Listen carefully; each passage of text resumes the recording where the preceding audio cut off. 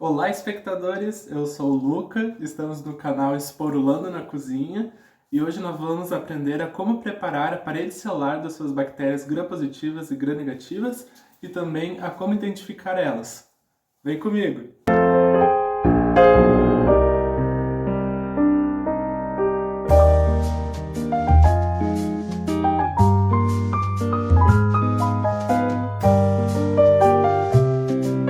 Pois bem, pessoal, aqui na minha panela eu já tenho algumas bactérias sem parede celular e eu vou mostrar elas para vocês. Como vocês podem ver, elas são bem pequenininhas, elas são indiferenciáveis. Bem, elas são pequenininhas porque a parede celular das bactérias representa a maior parte do seu volume. E são indiferenciáveis porque, claro, não possuem parede celular, mas mesmo que possuíssem, nós só conseguimos identificar e diferenciar elas através do método de Gram, que eu vou mostrar para vocês logo em seguida. E qual que é a importância da parede celular das bactérias? Bem, a parede celular lhes confere resistência, estrutura e principalmente proteção lisoosmótica. E é muito importante nós, profissionais da saúde, sabermos sobre isso, porque principalmente quando estamos lidando com casos clínicos, reconhecer, saber sobre as bactérias patogênicas, suas diferenças, é muito importante na hora da formulação de medicamentos, de fármacos, para atingi-las e assim podermos salvarmos vidas. Então, vamos começar com a parede celular das bactérias gram-positivas. A principal característica são os peptidioglicanos. O peptidoglicano ele é um polímero constituído de açúcares e aminoácidos. O polissacarídeo que compõe o peptidoglicano são resíduos de açúcares alternados, que temos o N-acetilglucosamina, também apelidado de NAG, e o N-acetilmurâmico, também chamado de NAMA. Eles estão unidos através de uma ligação beta-1,4. E, sempre associada ao NAMA, nós vamos ter uma cadeia peptídica de 4 a 5 aminoácidos. Aqui temos um polímero de peptidoglicano. Os peptidoglicanos se unem através de ligações cruzadas com a pentaglicina, que vai unir as cadeias peptídicas entre os polímeros de peptidoglicano. Essas ligações vão formar uma malha tridimensional de peptidoglicanos, fazendo uma parede grossa e resistente. Vamos colocar na panela.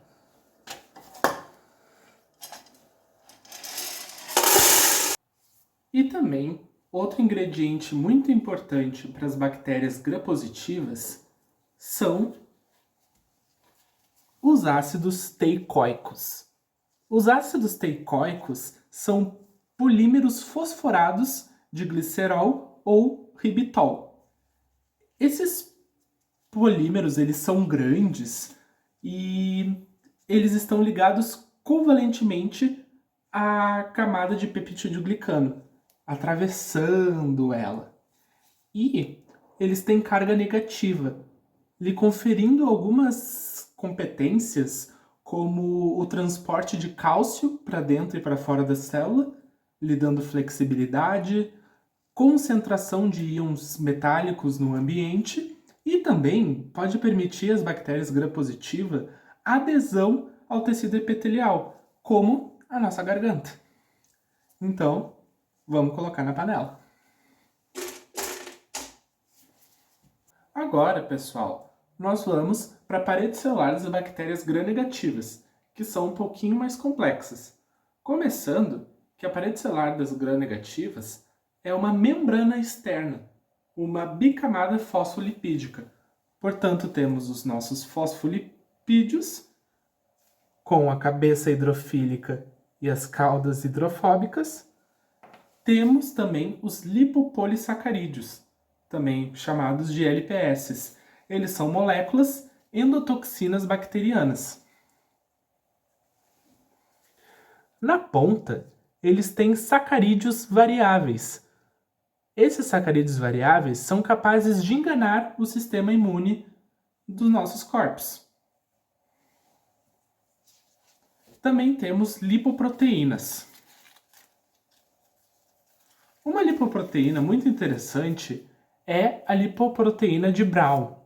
Essa lipoproteína, ela atravessa a bicamada fosfolipídica e chega no espaço periplasmático, onde temos alguns peptídeo-glicanos em bem menor quantidade do que as bactérias gram-positivas. Mas essas lipoproteínas de Brown se conectam com os peptídeo-glicanos do espaço periplasmático com os fosfolipídios da membrana externa.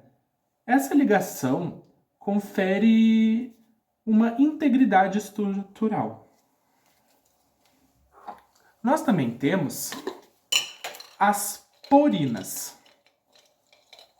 As porinas são estruturas que elas permitem a passagem de certos nutrientes para dentro da célula. E além de permitirem passagens, elas também podem acabar eventualmente tendo uma certa seletividade, que devido ao tamanho, elas podem fazer com que certos antibióticos não passem pela parede celular das bactérias gram-negativas. Então, vamos colocar tudo isso na panela.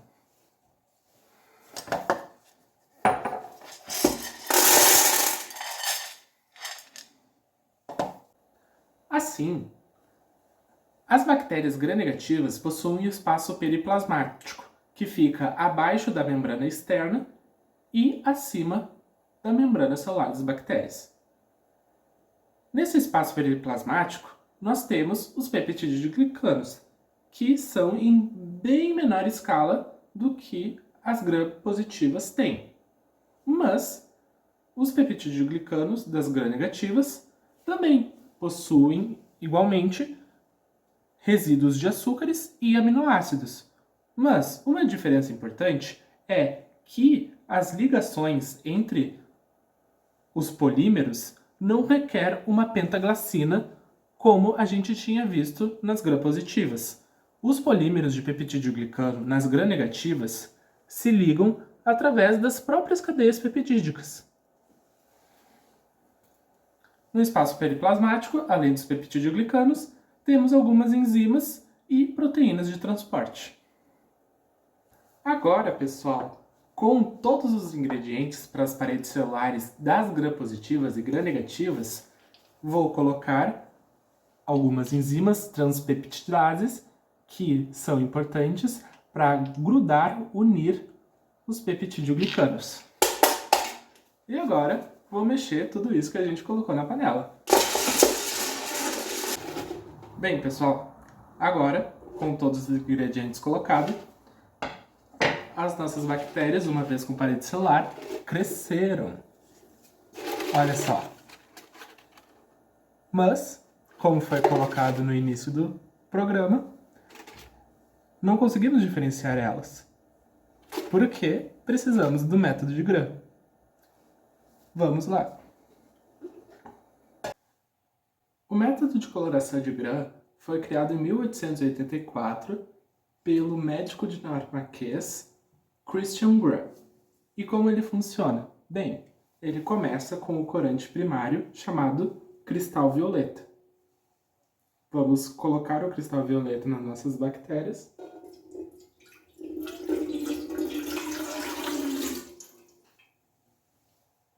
E agora vamos esperar 1 minuto.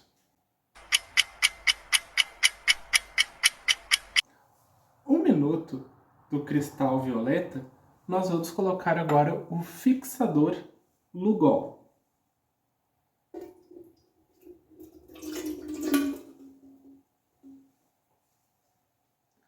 E também vamos esperar 1 minuto.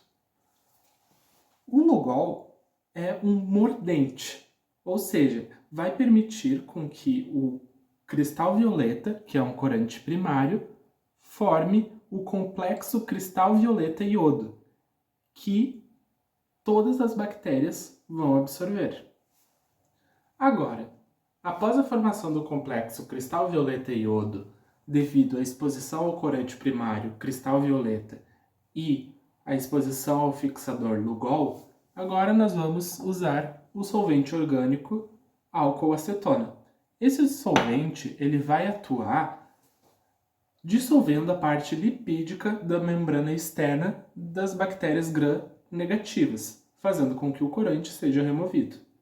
Agora, nas bactérias gram-positivas, ele vai desidratar as camadas de peptidoglicano, fazendo que haja uma contração nos poros e retendo o corante. Portanto, com a aplicação do solvente, nós vamos ter as gram-negativas sendo descoradas e as gram-positivas vão reter o complexo cristal violeta iodo. Contanto, o álcool acetona deve ser aplicado com cuidado e agilidade, pois muito tempo de exposição do álcool às bactérias pode fazer com que ambas as bactérias, gram-negativas e gram-positivas, percam a sua coloração, podendo produzir então resultados falsos.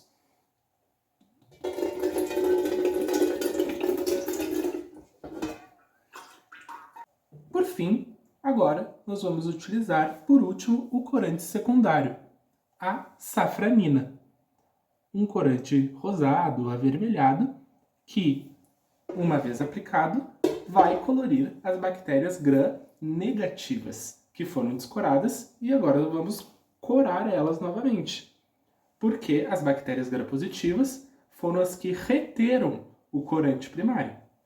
A safranina é o corante que vai ficar por menos tempo. Vamos deixar ele já agindo por uns 30 segundos.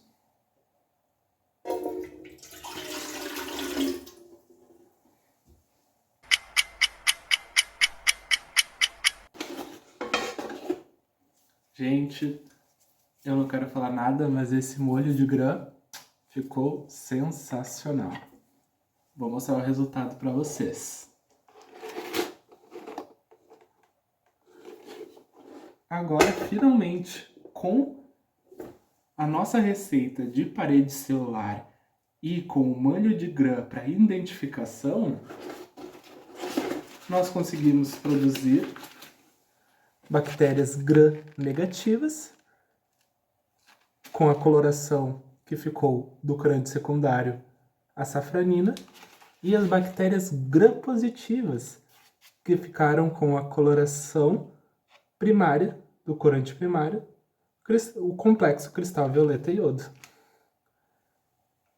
Esta foi a produção de hoje do canal Esporulando na Cozinha. Muito obrigado por terem assistido. Até a próxima.